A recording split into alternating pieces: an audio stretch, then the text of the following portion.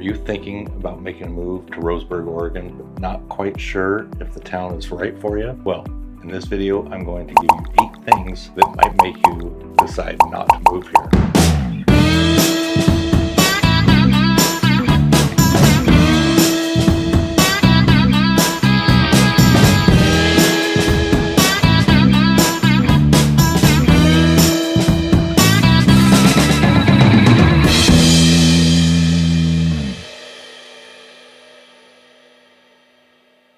Hey everybody, I'm Jerry Norman with Oregon Life Homes. I've lived in Roseburg for about the last 9 years and been selling real estate here for the last few years, and I absolutely love it. I get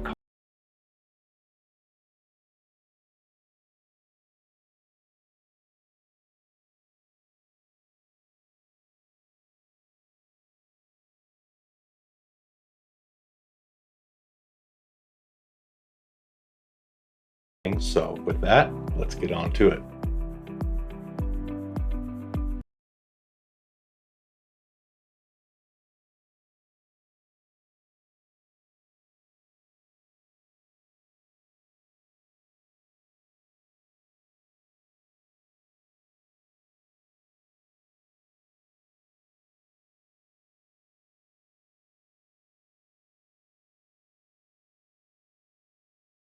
But we are not as bad as Eugene, Portland, and then major cities up in Seattle and Washington and down into California. With the homelessness also brings the drug use. You'll see on my channel that with a lot of the comments, yeah, Roseburg has got a lot of drug problems. Yes, every town in the US has got a drug problem, and Roseburg is not immune to that. So we do have a drug problem, just like any other town here in the US. Back in COVID time, when Initiative 110 went in, it was probably a really bad idea for Oregon lawmakers to make minor drug use legal, which was probably a pretty bad idea, but it probably increased the homeless problem and other problems as well. That sense has been reversed, which is, in my opinion, a good idea, but others might leave a comment, and you might prove me wrong. And then we move on to Roseburg political climate. Now, I don't like getting into the political issue at all, but Roseburg and small towns all throughout Oregon are primarily conservative. However, the major voting here in Oregon is more liberal, and the voting is being run by the bigger cities. So if that's a problem for you, you may not want to live here in Roseburg. However, most locals here kind of live by let live. So as long as you respect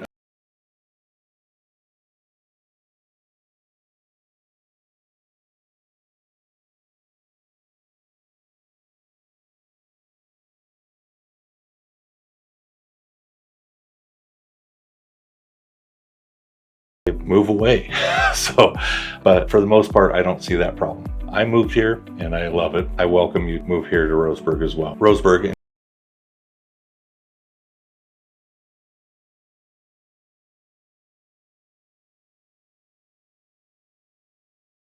owned by anybody. Roseburg might not be for you. It's a small town, so people are going to start learning who you are. Your neighbor's going to know who you are. And if you don't like that, then just move way out into the hills and stay away. But still, you're going to know your neighbors. Most neighbors are, friendly, and they just want to introduce themselves, and they just want to help out a lot of times too. So if you don't like that, so you may want to choose a bigger city in the state.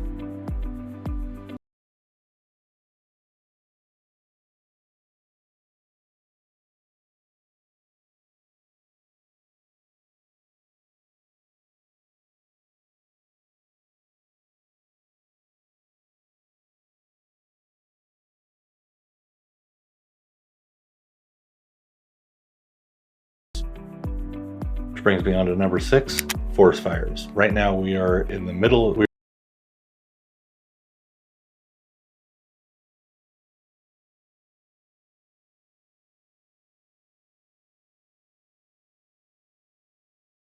up in Washington as well. Oregon is not immune to forest fires, and if you are used to living on the West Coast, then you know that it's got smoke and fires. Yesterday was pretty bad, but the wind came in and blew it out. One of the best things you can do to fight the heat and to fight the smoke is to head out to the coast, because it's going to be a lot cooler out there, and usually the offshore wind will blow the smoke away, and you kind of get a little bit of freedom. So to fight the heat and the smoke, I like to go out to the coast and just spend the weekend out there and have a nice time.